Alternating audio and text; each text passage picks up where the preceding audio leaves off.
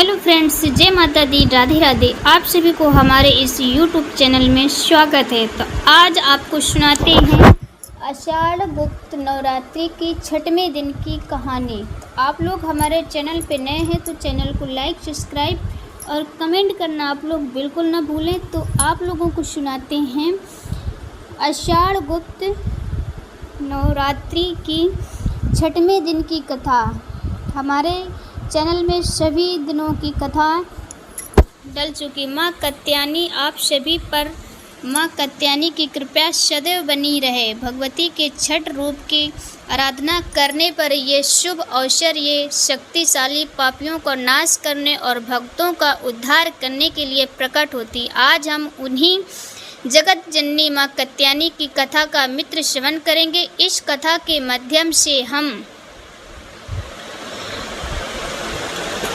श्री कात्यायनी की तपस्या के प्रसन्न से महिषासुर का वध का संसार में धर्म की स्थापना की। आइए भक्त भाव से आज की पवित्र कथा का श्रवण करें। माँ कात्यायनी केवल महिषासुर का वध करने के लिए ही अवतारित नहीं हुई थी, बल्कि ये भक्तों की मनोकामना पूर्ण करने के लिए विशेष रूप में ब्रजमंडल की उनकी पूजा अत्यंत प्राचीन है और ब्रजमंडल की आदि सृष्टि देवी मानी जाती है। श्रीमद् भागवत महापुराण में उल्लेख है कि जब भागवत श्री कृष्ण गोकुल से वृंदावन आए तब वहाँ गोपिनी उनसे अत्यंत प्रेम करने लगी। वे श्री कृष्ण को अपने जीवन साथी के रूप में प्राप्त करना चाहती थी, किंतु कैसे संभव था इसका उपाय उन्हें सूझ रहा था। गोपियों ने विचार किया कि यदि मैं माता कात्या की आराधना करें तो उनकी मनोकामना अवश्य पूर्ण करेंगी। ये विचार आते ही उन्होंने शुक्ल पक्ष की तिथि से ही ये व्रत प्रारंभ कर दिया। श्रोताओं, पहले इसी कथा को विस्तार पूर्वक सुनाते हैं।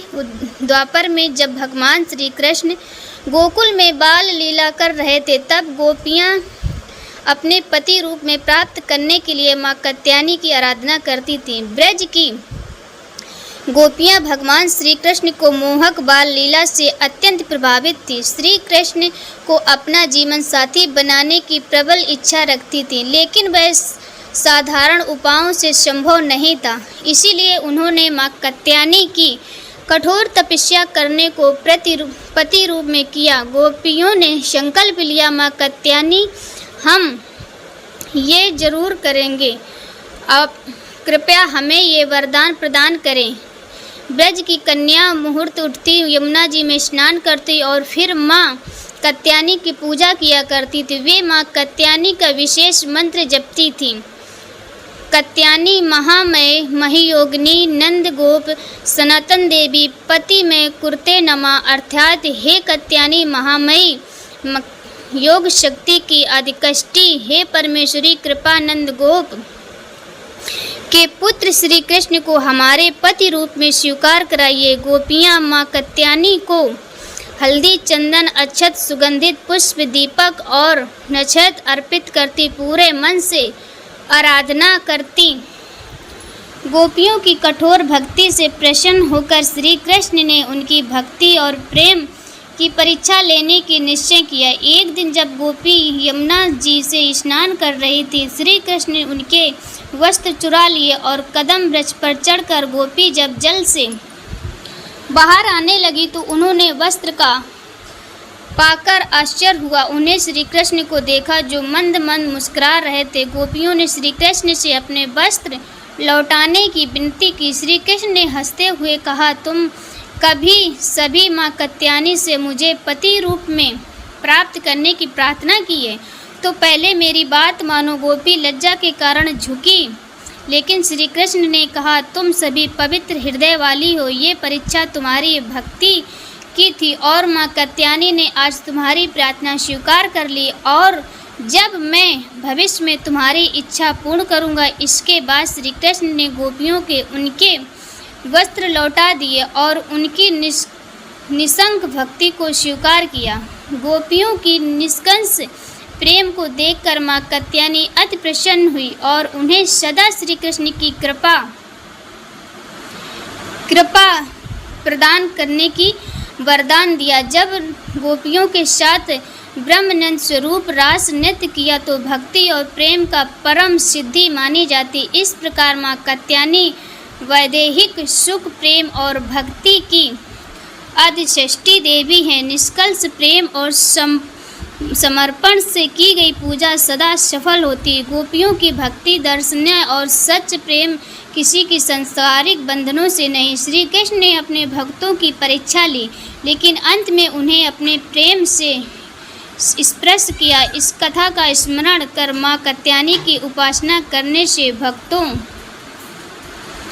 प्रेम संभोग और भक्ति की प्राप्ति होती है। सृष्टि के आरंभ से ही अपनी कठोर तपस्या ईश्वर को प्रसन्न किया और उन्हीं की तपस्या के फल स्वरूप देवी देवताओं के अनेक अवतार हुए। ऐसे ही अत्यंत कथा महर्षि कात्यायनी, जिनकी घोर तपस्या के कारण माँ भगवती ने स्वयं कात्यायनी रूप में भक्तों को कल्याण किया। और ये कथा महर्षि कात्यायन की कठोर साधना माता कात्यायनी के प्रकट अद्भुत गाथा का प्राचीन काल में कत्र गोत्र में जन्मे एक महर्षि थे, जिनका नाम था कात्यायन। वे परम तेजस्वी वेदों के ज्ञाता और महान तपस्वी थे। उनका आश्रम गंगा के तट पर स्थित था, जहाँ वे ध्यान यज्ञ तपस्या में लीन रहते थे। उनके शिष्य दूर दूर से ज्ञान प्राप्त करने आते थे। उनके तपोबल से पूरा क्षेत्र दिव्यांगता से भरा था। महर्षि कात्यायन अपने पूर्वजों की तरफ से देवी भगवती के अत्यंत जीवन भर माता की आराधना की और उनकी कृपा पाने के लिए कठोर तप किया। चाहते हैं कि स्वयं माँ भगवती उनके कुल और जन्म में ले और उनकी पुत्री बनकर संसार का कल्याण करें, अवतरित हो। इसी संकल्प के साथ उन्होंने घोर तपस्या का आरंभ किया। महर्षि कात्यायन हिमालय के गुफाओं में जाकर माता भगवती की तपस्या आरंभ की। उन्होंने जल का भी त्याग कर दिया, केवल वायु पर ही निर्वाह करने में निरंतर देवी के मंत्रों का जाप करने लगे। चामुंडा विषय अनुष्ठान करते और अपने चित्त को एकाग्र करके देवी को ध्यान में रहते। श्री ऋषि में तपस्या प्रचंड थी। देवता भी चकित हो गए। इंद्रदेव, वरुण देव, अग्निदेव, अन्य देवगण अद्भुत तप को देखकर सोचने लगे कि महर्षि कात्यायन की साधना से अवश्य ही कोई दिव्य घटना घटने वाली है। ऋषि ने वर्षों तक केवल पत्तों और फल फूल पर रहकर उपवास किया। धीरे धीरे उनकी तपस्या और कठोर होती गई। वे जल का भी त्याग कर केवल ध्यान में मग्न रहने लगे। उनके तपोबल पर चारों दिशाएं प्रशासन में हो गई। देवताओं को लोग तक ऊर्जा तरक पहुँचने के महर्षि कात्यायन की तपस्या चरम पहुँच गई। तब कई आकाश में दिव्य प्रकाश प्रकट हुआ। देवताओं की स्मृति गूंज उठी। पुष्पों की वर्षा होने लगी और वहाँ स्वयं आदि शक्ति भगवती प्रकट हुई। उनके तेज से संपूर्ण ब्रह्मांड अलौकिक हो उठा। माँ शक्ति की भगवती की कात्यायन ऋषि ने कहा, महर्षि, तुम्हारी घोर तपस्या से मैं प्रसन्न हूँ। तुम्हारा अनुरोध मुझे स्वीकार है। मैं शीघ्र तुम्हारे कुल में जन्म लेकर तुम्हारी पुत्री के रूप में प्रकट होंगी और महिषासुर जैसे अत्याचार का विनाश भी करूंगी। भगवती के वचन सुनकर कात्यायन ऋषि की आंखों में आनंद के अश्रु छलक पड़े। उन्हें देवी की स्मृति करते हुए कहा, माता, यदि आप मेरे कुल में जन्म लेंगी तो ये मेरा परम सौभाग्य होगा। कृपया करके इस समस्त सृष्टि का कल्याण करें और धर्म का नाश करें। माता ने ऋषि को आशीर्वाद दिया और अंतर ध्यान हो गई। अब कात्यायन ऋषि का विश्वास हो गया कि शीघ्र माँ भगवती उनके कुल में जन्म लेंगी और संसार में सभी भक्तों का रक्षा भी करेंगी। इसी समय असुर राज महिषासुर अपने अत्याचारों से तीनों लोकों को त्रस्त कर रहा था। उन्हें देवलोक में कष्ट इंद्र को हराकर स्वर्ग का अधिकार कर लिया। उनके कारण ऋषि मुनियों को यज्ञ बाधित से और देवताओं को अत्यंत चिंतित महिषासुर के अत्याचारों से व्याकुल हो उठे। सभी देवता भगवान ब्रह्म और विष्णु महेश के पास पहुँचे और उनसे रक्षा की याचना की। तब त्रिविध के अपने अपने तेज का अंश मिलाकर एक दिव्य शक्ति प्रकट की माता कात्यायनी के रूप में अवतरित हुई। इस प्रकार श्री कात्यायन के घर में पुत्री रूप में जन्म लेने के कारण माँ का नाम कात्यायनी पड़ गया। प्रेम से बोलो माँ कात्यायनी की जय जय। इस कथा का समापन करने में सभी दुर्गा के 108 नामों का जाप करें। ओम नमाय नमः, ओम श्री नमो नमाय। भारत के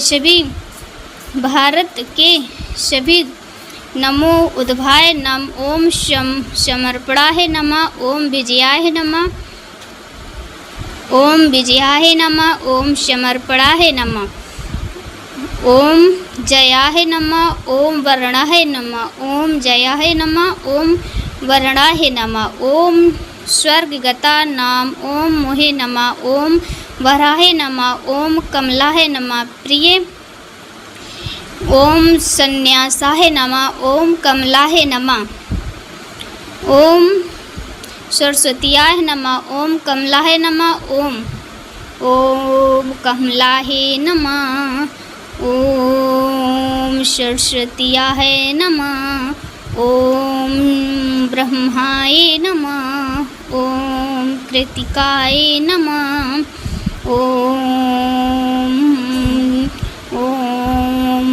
कमलाय नमः, शिवाय नमः, ओम शिवाय नमः, ओम शिवाय नमः, ओम कुंडलाय नमः, ओम विष्णाय नमः।